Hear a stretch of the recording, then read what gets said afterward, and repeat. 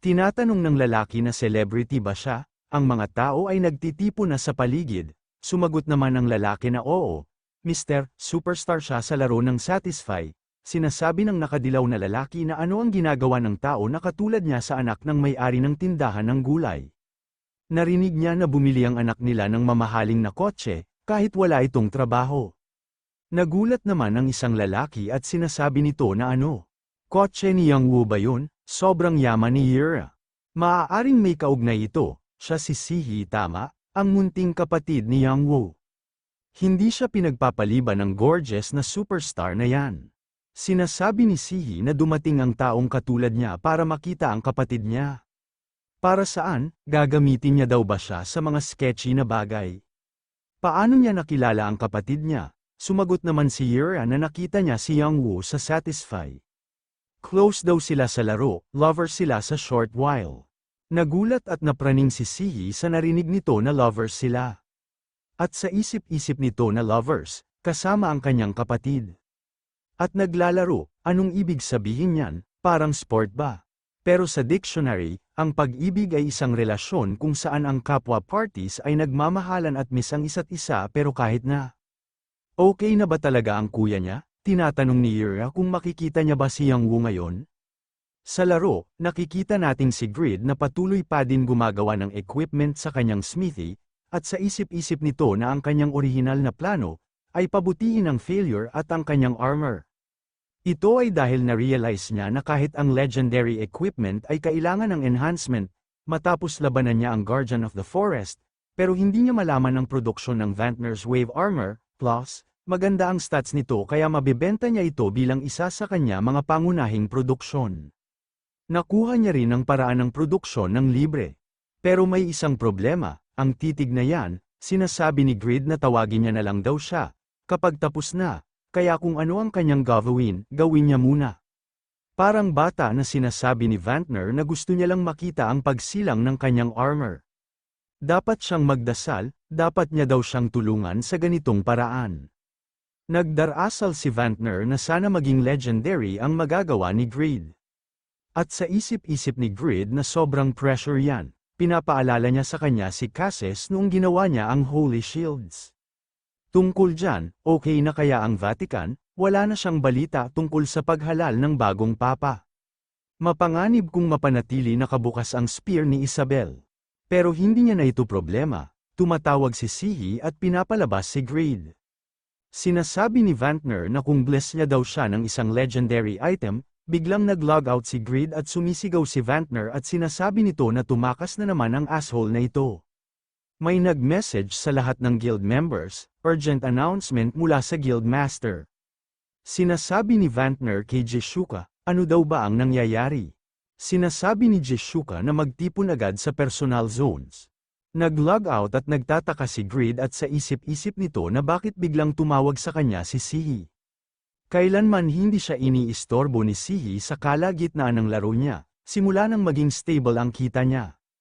Kung tinawag siya ng ganito kaaga, meron siguro magnanakaw. Natatakot siya pero iba na siya ngayon, biglang binuksan niya ang pintuan at nagsisiga at sinasabi ni Grid na sino daw ba ang nang-ahas na hawakan ang kanyang munting kapatid. Sinasabi ni Yura na pinapahanga niya daw siya, sobrang nag-alala siya sa kapatid niya. Tinatanong ni Grid kay Yura, kung bakit siya nandito. Nagbuntog hininga si Sihi at sinasabi nito na sa nakikita ninyo, ang kanyang kapatid ay mapagmahal sa kanyang pamilya. Kung sino man ang magtangka gamitin siya sa masamang paraan, sila ay paparusahan ng Diyos. Hindi niya daw ba naisip yan, hahayaan niyang magpas siya kung para kanino yon. Sinasabi ni Grid na bakit ganito ang kanilang mode. Anyway, paano niya nalaman kung saan siya nakatira? Ever since sa reunion, feeling niya sobrang dami niya na alam sa kanya. Sa isip-isip ni Yura na may nagbago sa kanya, hindi siya makatingi sa mga mata niya noon, sinasabi ni Yura na Mr. Shin Yang Woo, nagbago na siya di ba? Ganyan din ang kanyang pangangatawan, sa isip-isip ni Grid na pagkatapos maging stable ng kanilang buhay, inaalagaan niya ang sarili niya, including workout. Humahanga daw ba siya para maging interesado ang babaeng katulad niya? Karangalan ng isang pamilya, ibig sabihin, hindi siya interesado, kaya diretsuhin na lang siya. Sa totoong buhay na babae, sinasabi ni Sihi na good job bro. Gagawa siya ng tsaa, sinasabi ni Yura na gusto niyang sumali siya sa international tournament. Bilang representative ng Korea, hindi opisyal na kahilingan ng Korean government na nagbuo ng team, kasama siya sa sentro, upang maibalik ng Korea ang magandang resulta sa international tournament na gagawin ng 4 days simula May 1. Sa isip-isip ni Grid na may connections rin ang mga top rankers sa mga gobyerno.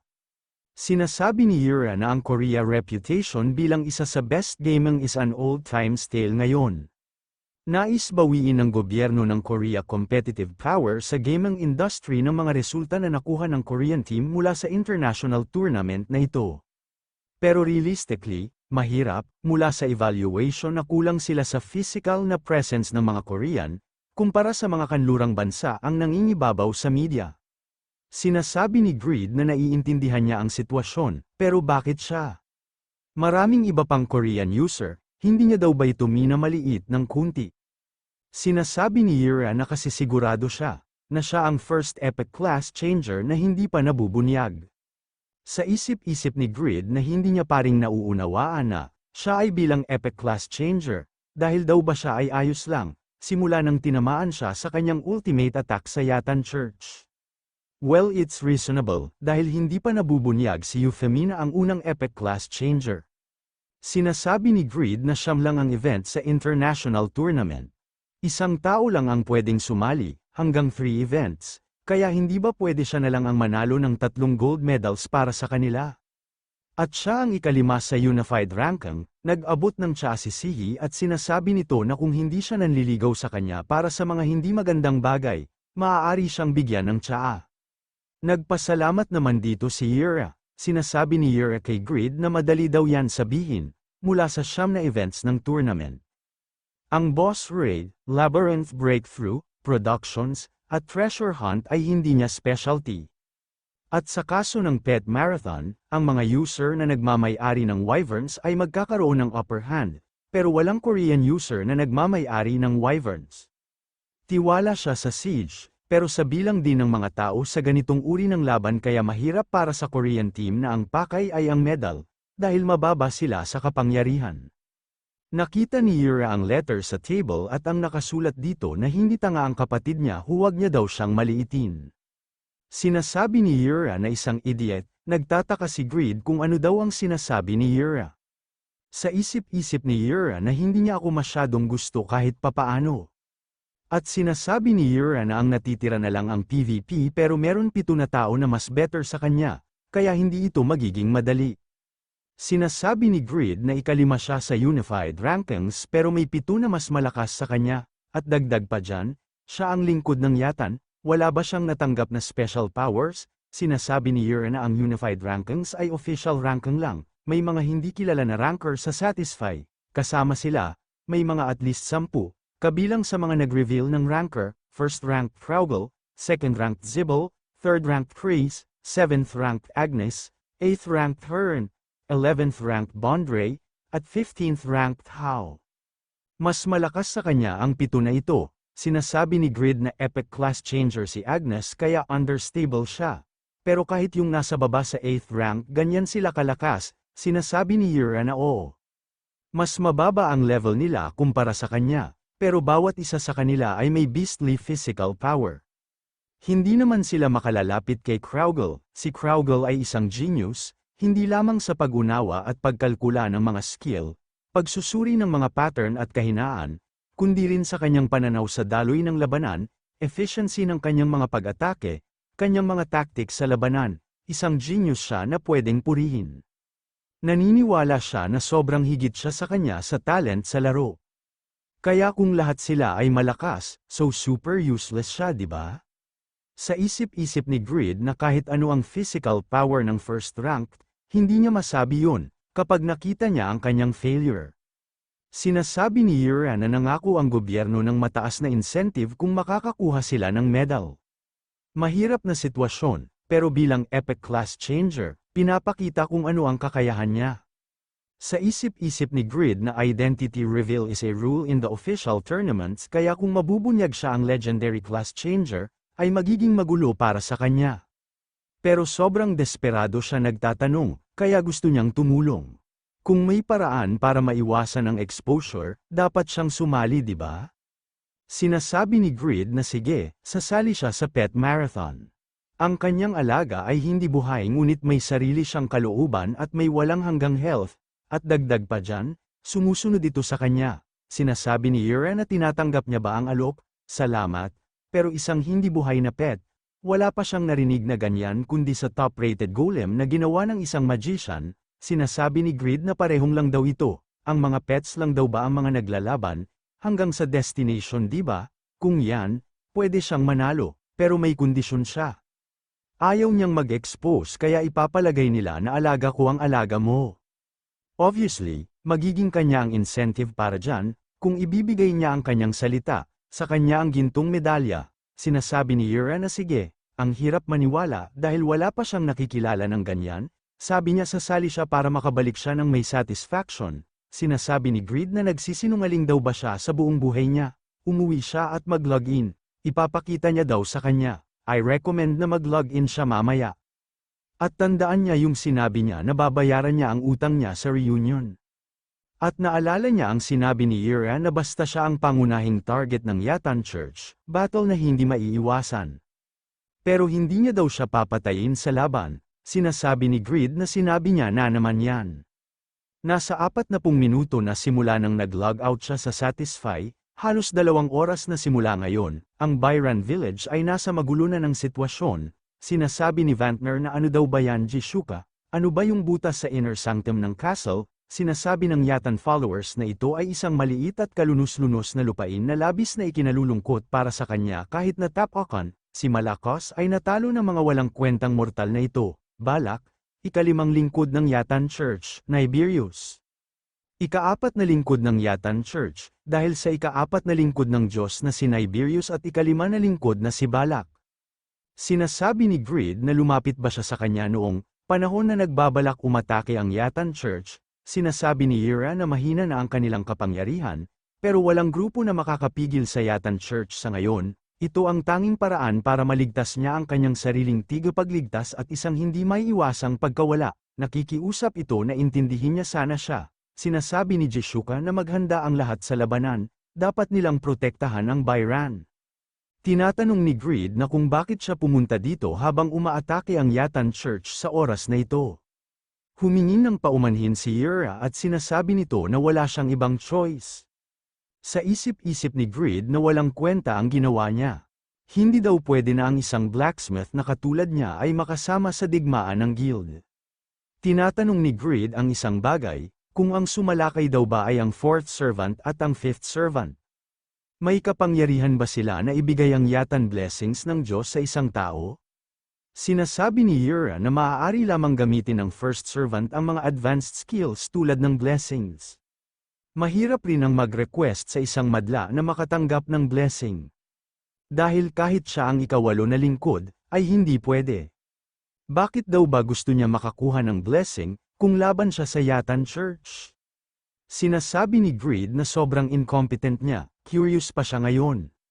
May iba't ibang hunting grounds at event effects na resulta sa kasal ni Lady Irene at sa aktibong pagsasabuhay at proteksyon ng Sedeca Guild, at ang Byron Village. Pinanganak na muli bilang flourishing city na may mahigit na 2,000 na tao kasama ang NPC. Ganang paman, ang bago mass teleport ay binuksan sa Byron Castle at lumusab ang Yatan Church. Ang lahat ng mga user at mga NPC ay tumatakbo at humihingi ng tulong. Sumisigaw ang lalaki at inutos sa lahat na mag-log out at sinasabi pa nito na sigurado daw siya na mamamatay siya kung lulusab sila. May 1,000 na level 160 o higit ang Yatan Church na soldier na labas sa average na level ng user. Pinasok ng Hellfire ang mundo, kung saan ginamit ang black magic at poison fog. Sinasabi nila Elia na ang Yatan Church ay pinatay ang mga users at NPC na umalis gamit ang North Gate, at may mga at least 1,000 na dumaan sa mass teleport. Sinasabi ni Zednos na may matinding pinsala sa village. Ang tanging nakasupport sa kastilyo ay dito sa itaas ng inner walls. At sinasabi ni Zednos kay Laelia na tumulong din daw siya sa paglikas. Sumagot naman sila Elia na alam niya daw ito Zednos. Pero, sa tingin niya napapaligiran na daw sila sa magkabilang gilid ng pader. Hindi niya daw sila mabilang, mahigit sa 100, level 200 o mas mataas at high believers ang mga nandito. Gumamit sila Elia ng Wrath of the Red Witch. Sa isip-isip nila Elia na ang Dark Magic Orb na nakuha niya sa huling raid ay makapangyarihan. Pero sobrang dami nila, hindi daw siya sigurado kung kaya niya sila pigilan habang pinuprotektahan niya ang mga sibilyan. Sinasabi ni Zednos na hindi pwede ang mga bata. Hindi pa daw tapos ang skill cooldown niya. Sinasabi ni Toon na ano daw ba ang ginagawa ng mga mob sa kanyang teritoryo. Toon Beastmaster Chief of Security ng Byran ika-35 sa Unified Ranking, originally 40th. Napapamura ang mga Yatan believers at ginamit ang Magic Shackles para mapigilan si Toon. Sinasabi ni Toon na ang lakas daw ng loob nila at subukan niya daw silang hulihin, at ginamit ni Toon ang Lord Heaven para magpalit ng anyo bilang agila. Sinasabi ng Yatan believers na isang agila, nag-transform siya bilang ibon. Isang sumpa daw ang Abnoy na yan, tirahin daw nila siya. Ginamit ni Toon ang King of Beasts, sinasabi ni Zednos na may isang bagay talaga si Mr. Toon. Galit na galit siya, pero ang kakayahan niya ay kahanga-hanga. Sinasabi nila Elia kay Zednos na may kalaban sa likod niya. May umatake sa mga Abnoy at ito pala si Faker at sinasabi nito na mag-ingat daw sila. Nagpapasalamat naman sila kay Faker dahil dumating ito sa tamang oras. Nakita naman ni Zednos na nasa main gate na ang mga Yatan followers at sinisira na nila ang main gate. May dumating at sinasabi kay Zednos at kay Laelia na iwan niya na daw sa kanya ang lugar na ito at tulungan ang iba sa village. Sinasabi daw ba nila na may mga 100 na matataas na believers silang kasama? Si Rigas pala ang dumating at sinasabi nito na ang katawan niya ay kanina pa gustong gumalaw sa ngayon, at simulan niya na silang parusahan ng mga tungkulin sa accounting duties na nakuha niya sa pagkawala niya ng mga kontak, pero siguradong sapat na ang maraming kalaban na ito para makabawi sa pagsasanay na nakaligtaan niya. Nakikita nating si Jeshuka at Vantner na pasugod na din at paatake na sa mga Yatan followers, at pinapayuko naman ni Jeshuka si Vantner, at sinasabi ni Vantner na isave niya daw ang kanyang enerhiya, Jeshuka. Dapat niya daw gamitin ang kanyang skill sa itaas ng Central Castle Wall kung saan makikita niya ang lahat. Dadaan daw sila sa Inner Castle Main Gate mula dito. Sinasabi ni Jeshuka na bilisan lang daw nila pumunta, at mababa na ang kanyang health. Ang depensa niya daw ay kalokohan, dahil sa strength niya nilagay lahat, idiot daw siya, hindi niya daw ba alam na Guardian Knight siya. Napapamura na lang si Vantner at sa isip-isip nito na nagsisisi na daw siya ng sobra dahil sa nabuo niyang stats sa ganitong paraan. At dagdag pa dyan, hindi mataas ang pinsala niya, kumpara daw sa stats niya. Hindi pa daw sila nakakarating sa sulok ng Inner Castle Wall. Ang Yatan Church ay hindi ganito kalakas, dapat may leader sa paligid na nakakaapekto sa stats. Biglang may umatake kila Vantner at Jeshuka, at ito pala ang ika-4 na lingkod ng Yatan Church, si Nabirios ay lumitaw. Sinasabi ni Nabirios na sila daw ba ang mga heathens na tumalo kay Malakos at nanakit sa church. Ang tunog ng flute ay naglalaman ng maitim na magic na dulot ng pagkawala ng balanse at pagkawala ng concentration. 0% na ngayon ang iyong evasion rate, bumaba ng 60% ang iyong accuracy. 2 beses na mabagal ang magic casting speed, ang mga epektong ito ay tatagal hanggang tumigil ang tunog ng flute. Sinasabi ni Nabirios na pagbabayaran daw nila ang lahat ng ito. Sa isip-isip ni Vantner na isang overwhelmed na kapangyarihan na hindi makukumpara kay Malakos. Ang matandang ito, siya ang leader nila. Halos matalo ni Malakos ang buong guild, hindi sila tatagal dito na sila lang dalawa. Dumating si Ibelin at sinasabi nito na umalis na daw sila, pangalawa daw siya na overgeared kaya block niya daw ito. Natigilan si Ibelin sa flute ni Nabirios, sinasabi ni Nabirios na nakikita niya na sinusubukan niyang lagyan ng kahit kaunting pinsala siya. Ito ay isang motibo bilang pathetic bilang kanyang espada. Sisihin niya ang kanyang kawalang ingat sa pangahas na pigilan siya sa kanyang kawalan ng kakayahan, mga hidden. Dumating din si Faker para tulungan si Ibelin at inatake niya si Nabirios. Sinasabi ni Nabirios na ang kanyang espada ay tumama sa kanya. Ito daw ay kahanga-hanga, Sinasabi ni Faker na parang wala lang sa kanya. Sinasabi ni Ibellen na ang flute na yan ay nagdudulot ng ilang sandakot na epekto, kasama ang pagbaba ng accuracy. Sinasabi ni Vantner na nice, Faker, kung tutulong sila, apat silang magtutulunga. Sinasabi ni Ibellen na hindi na kailangan, mauna na daw sila. Malapit nang dumating ang ibang miyembro, at mas nababagay silang pigilan siya dito. Sinasabi ni Faker na marami pa silang kalaban na matatalo kaysa sa kanya. Vantner, may misyon pa siya na kailangan gawin, tungkulin ng isang Guardian Knight na protektahan ang kanilang Panginoon. Sinasabi ni Vantner kay Jishuka na sundan niya daw siya, at marami pa silang dadaanan. Sa smithy, sinasabi ng Yatan followers na kung hindi niya kasama ang mga Heathens, at ang kanyang mga krimen sa paggawa ng mga sandata ng mga Heathens, pagbabayaran niya ng kanyang kamatayan. Ang blacksmith ng Byran, pagsisihan niya ito sa kabilang buhay. Tumatawa at sinasabi ni Smith na hindi niya alam na ganito na pala ang nangyayari. Dapat talaga siyang mag-concentrate, pero wala siyang pagsisisi. Pagkatapos maging stimulate ng isang bata, ilang buwan ang nakakaraan, at binigay niya ang lahat ng kanyang nalalaman sa pagka-crafting sa unang beses sa buhay niya, matagumpay niya na mabuo ang Special Jaffa Arrows. Pagkatapos ng 50 taon bilang mababang rank na blacksmith, sa wakas nasaksihan niya ang entablado kung saan ang apoy at martilyo ay naging isa. Hindi siya nahihiya na makita ang kanyang master ngayon. Nagulat si Smith na bigla may umatake sa mga Yatan, sinasabi ng dumating na matagal na din daw siya hindi nakakasaksak gamit ang isang arrow, si Greed pala ang dumating at sinasabi nito na malakas ang arrow na ito. Tama daw ba siya? Matandang lalaki Smith. Mamaya niya makikita ang kanyang master. Gulat na gulat si Smith nang makita niya si Greed at tinatanong niya ito, kung bakit siya nandito. Masigasig siyang gumagawa habang iniisip siya. Hindi siya makapaniwala na magkikita sila ulit. Sinasabi ni Greed na ang arrow na ito ay magaling, itong espesyal na Jaffa Arrow na ginawa niya.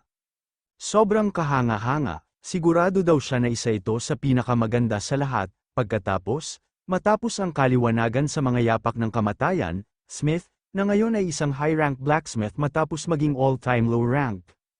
Desperadong maramdaman ang greatness ni Greed, umiiyak at sinasabi ni Smith na ito ay nakakahiya. Sa wakas naging blacksmith na gusto niya, hindi naman maalis kay Greed ang pagkaawa kay Smith habang umiiyak, at paulit-ulit sinasabi ni Smith na gusto niyang magtrabaho ng maraming taon pa. Gusto niyang magtrabaho, awang-awa talaga si Greed dito. May lumabas na notification na lubos kang napahinto sa paghahangad ng matandang blacksmith na overcome ang kanyang mga limitasyon na may determinasyon at passion sa trabaho. Quest Blacksmith's Affection ay nabuo, pagpapahalaga ng Blacksmith S-Rank Quest. Pinanindigan mo ang humanitarian ideology ng pagma sa paggamit ng blacksmithing to benefit other people. Quest Reward, Skill Blacksmith's Affection, rewarded. Quest Clear Condition, protektahan si Smith ni Smithy. Clear Rewards, 30-year extension ng buhay ni Smith the Blacksmith. Smith ay isang mahirap na late bloomer at kaya may potensyal ng isang craftsman, magkakaroon ng benepisyo ang kanyang life extension. Kung nabigo ang quest, hindi na mapapalawig ang buhay ni Smith, Blacksmith's Affection. Maaari mong itaas ang kasanayan ng NPC Blacksmith ng 1 hanggang 5 na level. Kung may maximum affinity ka sa kanila, ang blacksmith na tatanggap ng iyong mga aral ay magiging loyal sa iyo magpakailanman at magbabahagi sa iyo ng mga bagong paraan ng produksyon sa tuwing nakakakuha siya ng isa. Sa isip-isip ni Greed na parehong sitwasyon sa panahon na yan. Katulad ng panahon na naiinis siya sa mga abnoy na nangharas kay Khan sa Winston at nakakuha ng blacksmith's rage. Sinasabi ni Greed na matanda Smith, hindi daw malalim ang sugat niya kaya hawakan niya ito ng mabuti. Gusto niyang ipagpatuloy ang kanyang trabaho at gawin ito ng taman. At para gawin yan, kailangan niya ang smithy na ito. Tinatanong ni Smith kung saan siya pupunta. Greed, sa isip-isip ni Greed na wala siyang hobby maging mabuting tao pero sa palagay niya na hindi magiging problema ang paglilinis ng mga abnoy sa paraan ng kanyang passionate na paglalakbay. Sinasabi ni Greed na sa tingin niya ang lugar na ito ngayon ay masyadong maingay para magtrabaho siya sa kanyang mga prime time. Tatanggalin niya daw yung mga abnoy.